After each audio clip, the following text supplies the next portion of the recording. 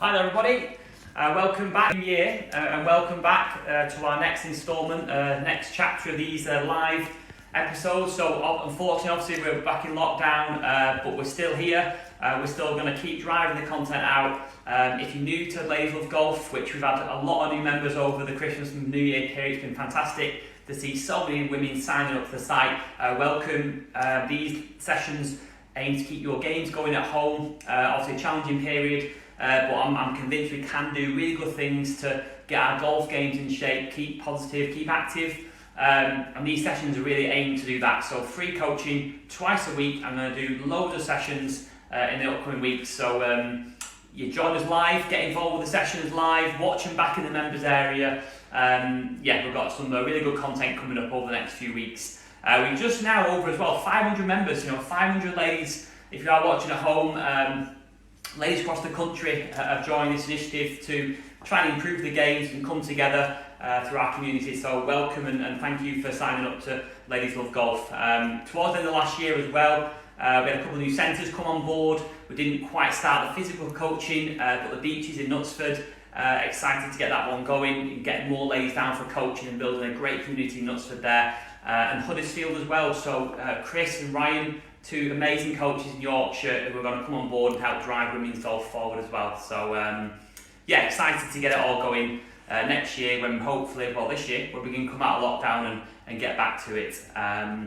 So what we got planned over the next few weeks, alongside these free sessions, we're also going to do something new, which is do some interactive sessions. So we're going to do this via Zoom. We've recently sent a survey out. You might have seen that in the inbox. Thank you for filling that out.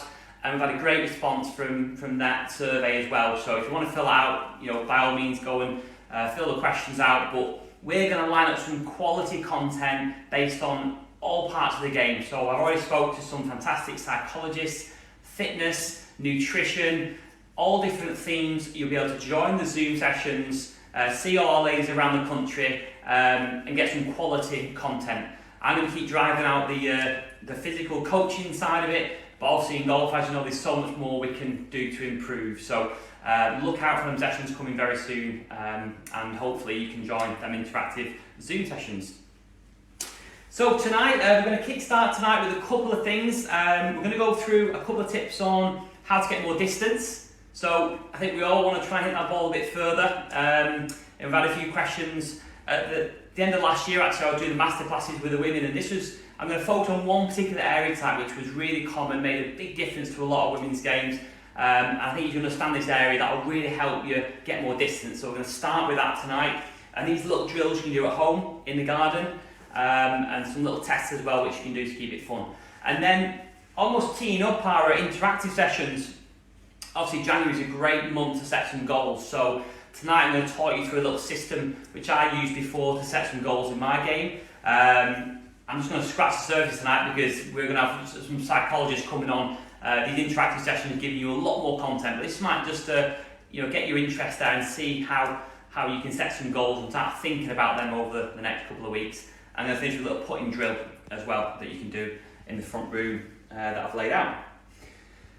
Okay, so enough talking. Let's get into some golf. So distance off the tee in particular tonight. Now, one of the biggest things that I see when coaching is once golfers complete their backswings, once we get through this backswing position here, this move here, so what initiates the downswing? This is really important to understand. And what I see a lot of is from the top of the swing, generally a lot of golfers I coach, their arms are the first thing to fire from the top of the swing. Now, if you're at home watching this and you want more distance, you've got to try and use the ground and the lower half of your body to generate more distance. Okay, so I'm going to go through a drill tonight, which is great actually. It looks easier than it is, but we're going to go for that in a second. But before you do that, we are going to bring back some swoosh swings. So if you are new to the sessions, if you've got a little garden cane or bamboo cane, this is something just to get warm, because obviously to get the ball further, we want to get more speed. So all we need to do is get a stick, just hold it, hover it off the ground here, and all we're going to do is try and make some swooshes. Always start your session with this at home just to get warm. Try and do 10.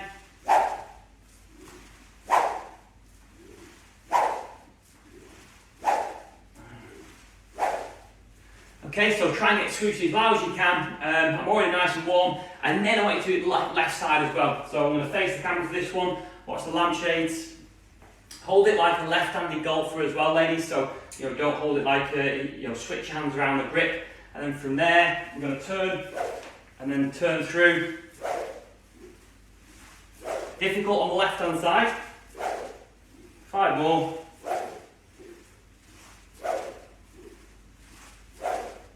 There we go. So notice how the swoosh are quieter then, okay, and I'm out of breath. So literally 2 minutes, I'm active, my heart's going, and I've got moving. So always start your sessions with something like that just to get warm, and that'll help you build speed as well, ladies, in this lockdown, which is key for when we come out of lockdown. That will help you get more speed. So start with that to begin, and then grab your driver out in the garden. If you've got low ceilings, you can use something a little bit smaller. You can hold down the shaft a little bit, as I am. And then the next drill I want you to work on to help with this is I want you to get your normal setup with the driver, and then from there you're going to bring your left foot into your right, so they're together. You're going to push the driver forward, and then when you start the backswing, when your club gets up to your right hip, you're going to step forward, and then you're going to start the downswing. Okay? Now, I'll do that again because it's quite, you've got to get the sequence right, and I'll tell you what it teaches you here. So, I've got this move here, this is called the step drill. We're going to go through the backswing, step, and then come through. Okay, so I'll demonstrate that in full speed with a stick, just so you can see this. A bit low on space for the driver. So if I do it facing you here, so normal setup, left foot in here, start the backswing, step, and then through. Nearly got the camera then. So that is a great drill, honestly. And then if we break that drill down, what is it doing? Well, when I get to the top of the swing, before I've completed this, the lower half, look, is driving forward.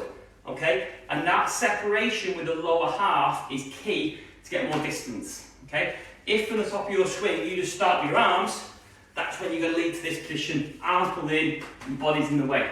Okay? So try the step drill at home. Get in your front room now, go in the back garden tomorrow.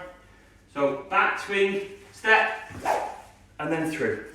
And that will really educate your lower half. Once you get that sequence right, it will massively help your driving. So I'll give that one a go. And then the second drill you can do at home is you can get a chair,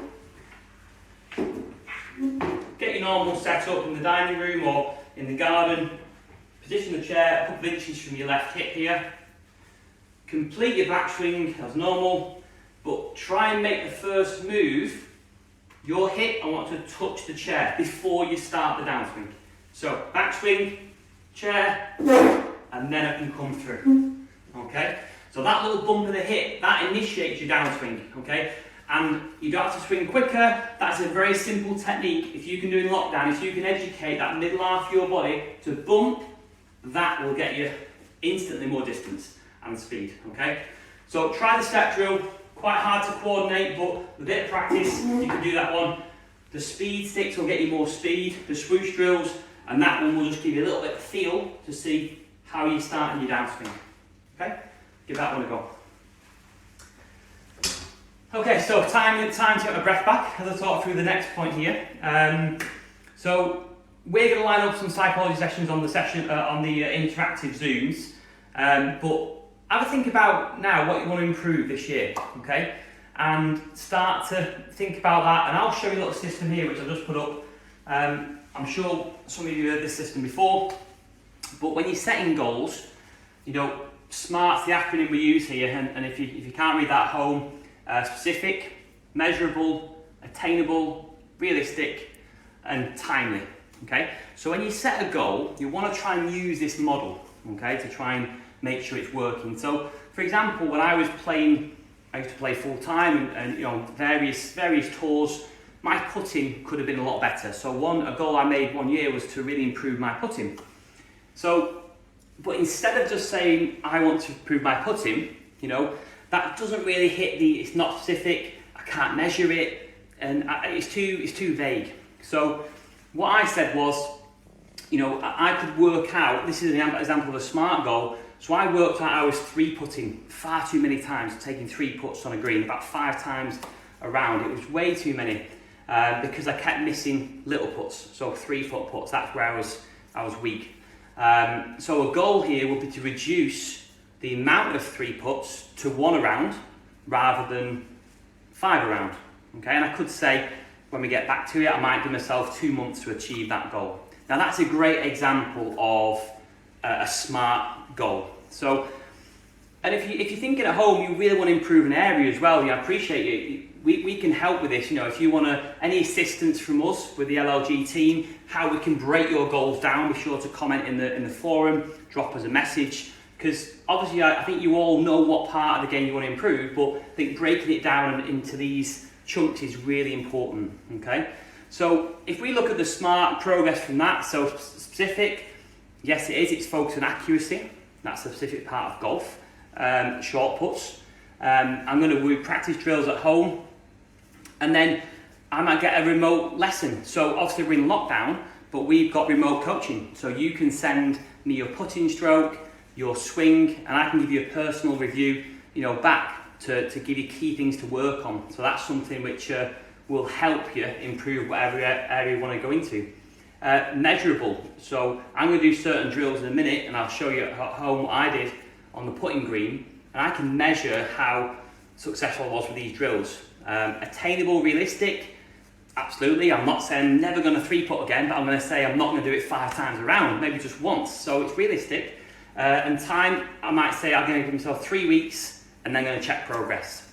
So this system is valuable, and when we do the psychology, we're going to develop this a lot more with the interactive sessions, but I just thought while we're starting the new year off, start thinking about now what you want to improve this year. We can help you build, make it smart, and then you can do a lot of good stuff at home, okay? I know we can't golf just yet, but it'll be soon, middle of Feb, get the reviews, soon be March, and then suddenly we're back on the golf course and you can make massive improvements, okay?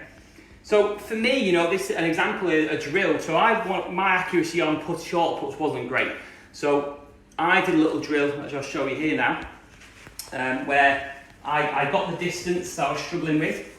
So I got this distance out on the putting green, and I got 2 tee pegs on the grass, and I just made a little gateway. Obviously, I've got the no grass inside, but I can use 2 golf balls. So I just got a little golf ball here, and to start with, you could give yourself a generous gap. So that's quite a generous gap there. And then all I do is I would give this a go. So if you want to see at home here, if you want to go from down the side there, that's it. So I would give this a go and just try and get the golf ball through the gate and into the cup there. Okay? So for me, I started out like that, but then I did that well. I did 10 in a row, but then what I did was I got the gate a lot smaller and made it super difficult. So I'll try this now. Getting better is all about making things a little bit harder. So I put the golf ball here, try this on the carpet at home, see how good you are. Move the golf balls in. So now that's pretty tight there. So I'm going to have to work pretty hard to get that golf ball through, but let's give it a go. Okay. So practice swings, trying to keep your head dead still, see if I can get it through that gap. Perfect, okay? So, and what I do there is my goal is try and get 10 in a row. So I just get a little book out at home, which you can see here. So I did this earlier, 3-foot putts, I had 3 attempts, and then I missed on the 4th putt. And what I did was I just put a little bit of an R to say I hit the right-hand side golf ball. Now, if you hit the right-hand side golf ball, I know my putter face was open. And then I repeat it. The second one I did fantastic, I got 10 in a row, so I achieved my goal. And that took 10 minutes, okay?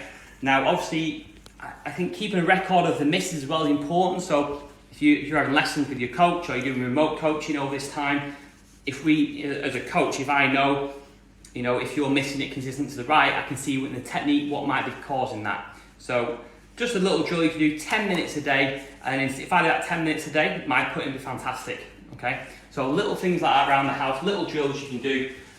So I want you to have a think now at home, what your goals are. It's important to tell someone as well. So, put it on our forum, put it on our community group. Tell your friend, my goal is to get my handicap down by 3 shots. And then we'll try and break it down as to, because that's quite quite a generic one, so let's get it more specific with the SMART process. Okay. So plenty to go through. Like I say, we're going to have these interactive sessions coming soon. In the meantime, if that's a little drill you can try on the carpet, give it a go. Try and make it just so a golf ball can get in and see if you can get 10 in a row. Okay, I'd be impressed if you can get 10 in a row. But if you do, then your short putting is amazing. Okay. Okay, that's it for today's session. As always, the quick fire sessions are not too long, just so you can get something to take away to try and improve your game. I'm back on Wednesday for our next live at 7 o'clock. And that's some new content. So what I've done there is I've taken 5 pros who I think do some excellent things on the tee, which we can all learn from. Okay, so I've got 5 pros. I'm going to pinpoint what they do, and no matter what level you are, you can do these things. So hopefully, if we can put in 5 things together, you'll hit better tee shots. So tune in on the Wednesday at 7 o'clock for that one. Right, have a nice Sunday, everyone. Try and keep active, stay positive, and join us with these sessions. We'll keep going all the way through lockdown. So have a fantastic evening, and I'll see you all on Wednesday.